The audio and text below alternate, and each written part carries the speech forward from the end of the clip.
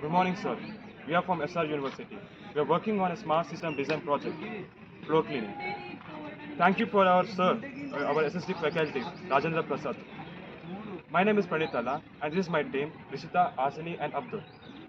Materials required are 5 volts DC motor, 500 RPM 12 volts motor driver, and 9 volts battery, switch and pump.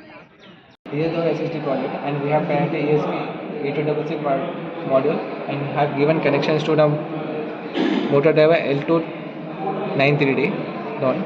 And here external back source is connected via switch to motor as well as this motor. When we switch it on, the motor rotates and the pump pumps the water.